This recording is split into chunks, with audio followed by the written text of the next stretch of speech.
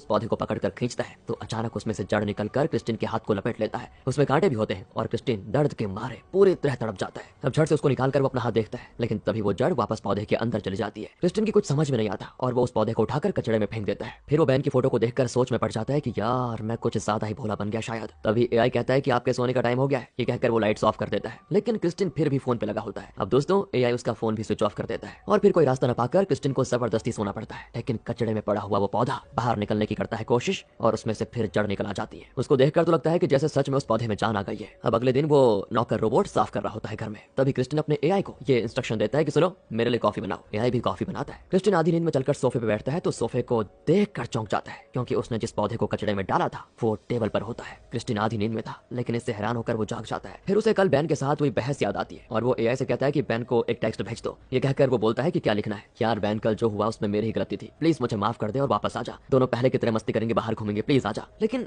ये कहने के वो तुरंत बाद एआई को मैसेज डिलीट करने को कह देता है, क्योंकि क्रिस्टिन चाहे कुछ भी कह ले लेकिन बिना प्रूफ के बैन उस पर विश्वास नहीं करने वाला। लेकिन अब क्रिस्टिन सोच लेता है कि काम करता हूँ, क्यों ना कुछ दिन मैं इस टेक्नोलॉजी वगैरह से थोड़ा दूर रहता हूँ। वो ये सारी बातें सोच रहा होता है कि तभी उसकी नजर फिर उस पौधे पर पड़ती है जो कल कचड़े से निकलकर यहाँ पर आ गया। अब उस पौधे के बारे में जानने के लिए उसे मजबूरन टेक्नोलॉजी का इस्तेमाल करना ही पड़ता है। वो उस पौधे की फोटो क्लिक करके उसे नेट पर सर्च करता है, लेकिन ऐसे किसी पौधे के बारे में कोई इन्फॉर्मेशन नहीं होती। तो क्रिस्टिन सोच में पड़ जाता है कि यार ये कैसा पौधा है जो सिर्फ बैन को मिला है। वो उठकर जाता है दोस्तों तो पौधा मुड़कर उसे दोबारा देखता है। फिर क्रिस्टिन अपने सिस्टम पे काम करने में लग जाता है। उसके हाथ में थोड़ी खुजली होती है। एआई लगातार उसको मैसेजेस पढ़कर सुनाता है। अब खुजली हो रही थी हाथ में तो क्रिस्टिन अपना हाथ खुजाते खुजाते देखता है कि उसकी हथेली के पास एक कांटा बाहर निकला हुआ है। वो उसे पकड़कर खींचता है तो एक बड़ा सा कांटा बाहर निकलता है। अब इतना बड़ा कांटा अंदर था, लेकिन क्रिस्टिन को जरा भी दर्द नहीं हुआ था। इतने में एआई कहता है कि बॉस ने रिपोर्ट की मांग की है, अर्जेंट है। इसी वजह से क्रिस्टिन उस कांटे वाली बात पे ध्यान नहीं दे पाता और बॉस के लिए रिपोर्ट रेडी करने में लग जाता है। तो वो लाइट्स को ऑफ करके काम कर रहा होता है। वैसे तभी क्रिस्टिन को एक अजीब सा सेंसेशन महसूस होता है अपनी बॉडी में। लगता है वो कमरा ही दोस्तों कोलैप्स हो रहा है। उसके सर में बहुत दर्द शुरू हो जाता है। वो काम ही नहीं कर पाता। उसको ऐसा महसूस होता है कि उसके शरीर में जरा सी भी शक्ति नहीं बची। इस तरह काम तो चलेगा नहीं,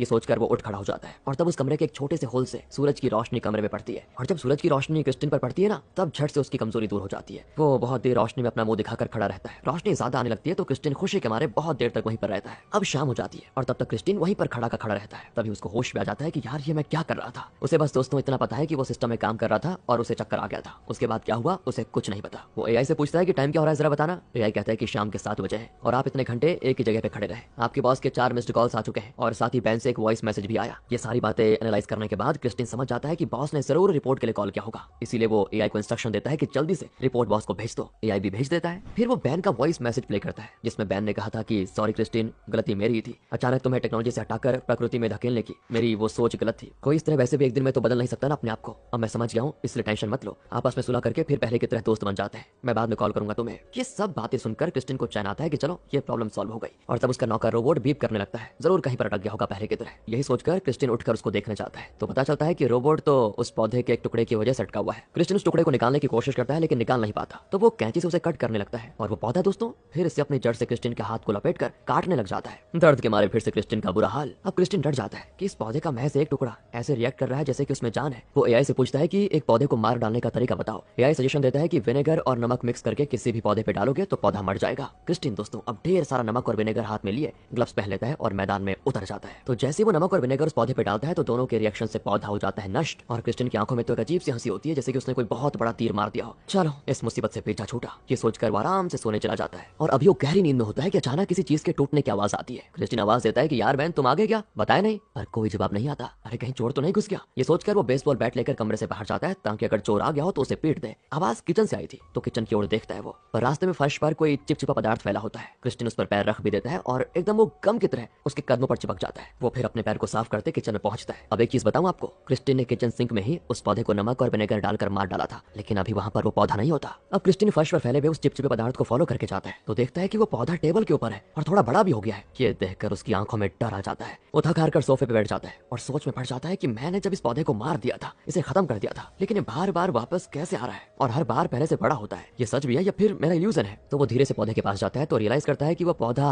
सांस ले रहा है और तब जाकर क्रिस्टिन को यकीन होता है कि इस पौधे में जान है और उस पर जो कली होती है वो धीरे से खिलने लग जाती है। क्रिस्टिन उसके और पास जाकर देखता है तो अचानक उसके अंदर से वही चिपचिपा पदार्थ बड़ी तेजी से क्रिस्टिन के मुंह पे स्प्रे होता है। क्रिस्टिन तो देख भी नहीं पाता। वो जल्दी से अपना मुंह धोकर आईने में देखता है। उसका मुंह दोस्तों अब दुखना शुरू हो जाता है। अब तो जैसे उस पौधे को खत्म करना ही क्रिस्टिन की लाइफ का सबसे बड़ा लक्ष्य बन चुका था। अब अगले सीन में दिखाते हैं कि उसने उस पौधे के टुकड़े टुकड़े कर दिए हैं और सारे टुकड़ों को माइक्रोवेव ओवन में डालकर उसे ऑन कर दिया है। ओवन के अंदर वो पौधा फटकर चिपचिपे पदार्थ में बदल जाता है। ये देखकर क्रिस्टिन खुशी के मारे हंसने लगता है कि आखिर इसका हो गया विनाश। फिर वो चिपचिपे पदार्थ को साफ करके उसे सिंक में डालकर फ्लश कर देता है। मतलब पहली बार तो उसने पौधे को वैसे कचरे में डाल दिया था, फिर उस पर नमक और विनेगर डालकर उसे मार डाला, लेकिन इस बार उसके टुकड़े टुकड़े करके ओवन में जला दिया है। इस बार वो निश्चिंत हो जाता है कि बस पौधा अब वापस नहीं आएगा, कोई चांसेस ही नहीं है। इसी खुशी के साथ वो अपना काम करने में लगा होता है, पर उसे अक्सर दोस्तों खांसी आती है। असल में क्रिस्टिन बेन के आगे ये साबित करना चाहता था कि उसे प्रकृति की अहमियत समझ में आ गई है। इसीलिए उसने बेन को सरप्राइज देने के लिए वो घर खरीद लिया था, जो कि बेन हमेशा से खरीदना चाहता था, क्योंकि वहां पर हर तरफ प्रकृति की खूबसूरती है। फिर वो उस रियल एस्टेट की नोटिस पर लिखता है कि ये हमारा घर है। इतने में एआई कहता है कि सुनो,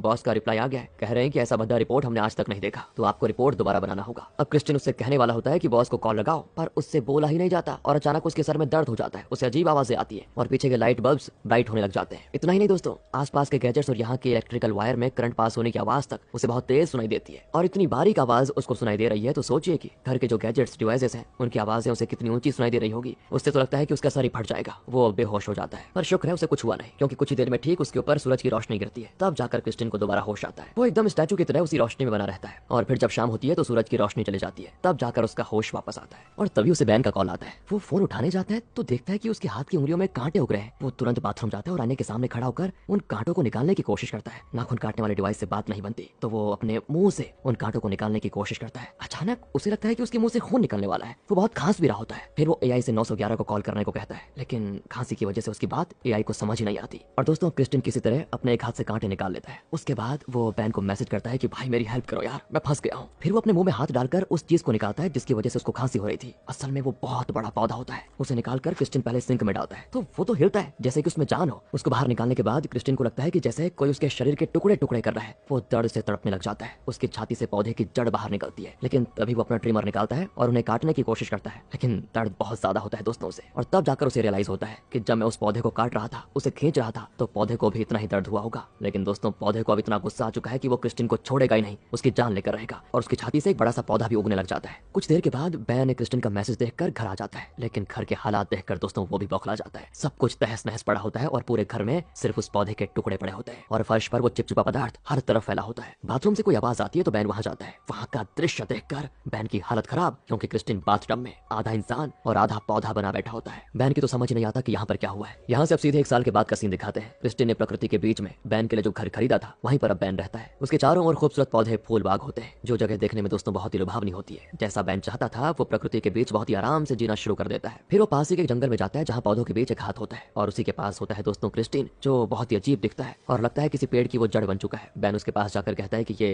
विटामिन की दवा है, इसे पी लोगे तो अभी बड़े हो जाओगे। ये कहकर वो उसके मुंह में दवा डालता है और कहता है कि देखा प्रकृति के साथ रहने में कितना मजा है। वो क्रिस्टिन के पास ही लेट जाता है दोस्तों और उसे एक बुक पढ़कर सुनाता है। क्रिस्टिन के शरीर में जो पौधा निकला था वो फिलहाल एक बड़ा पेड़ बन चुका है। बैन जो पौधा लेकर आया था वो बहुत ही अलग तरह का पौधा था और उसमें जान थी। प्रकृति का हम ख्याल रखेंगे तो वो हमारा भला करेगा, इस पौधे की तरह। पर अगर हम प्रकृति के खिलाफ कुछ करेंगे तो वो हमें अपने ढांचे में ढाल लेगी, जैसा कि इस पौधे ने क्रिस्टिन के साथ किया दोस्तों। तभी तो उस पौधे ने बैन को कुछ नहीं किया, लेकिन उसने क्रिस्टिन को सबक सिखाया और उसे पेड़ बनाने की कोशिश की। पेड़ों के लिए सूरज की रोशनी बहुत जरूरी होती है, इसलिए जब क्रिस्टिन घर में लाइट ऑफ करके काम करता था तो उसका शरीर कमजोर हो जाता था, और जब सूरज की रोशनी आती थी तो वो कई घंटों तक बेसुध होकर उस रोशनी की शक्ति अपने अंदर लेता था और वहीं पर खड़ा भी रहता था। यानी उसी वक्त से क्रिस्टिन के अंदर एक पेड़ के सारे लक्षण आ गए थे और अब वो एक पेड़ बन चुका है। बैन को तो दोगुनी खुशी होती है कि अब उसे प्रकृति भी मिल गई और उसी प्रकृति में उसका दोस्त भी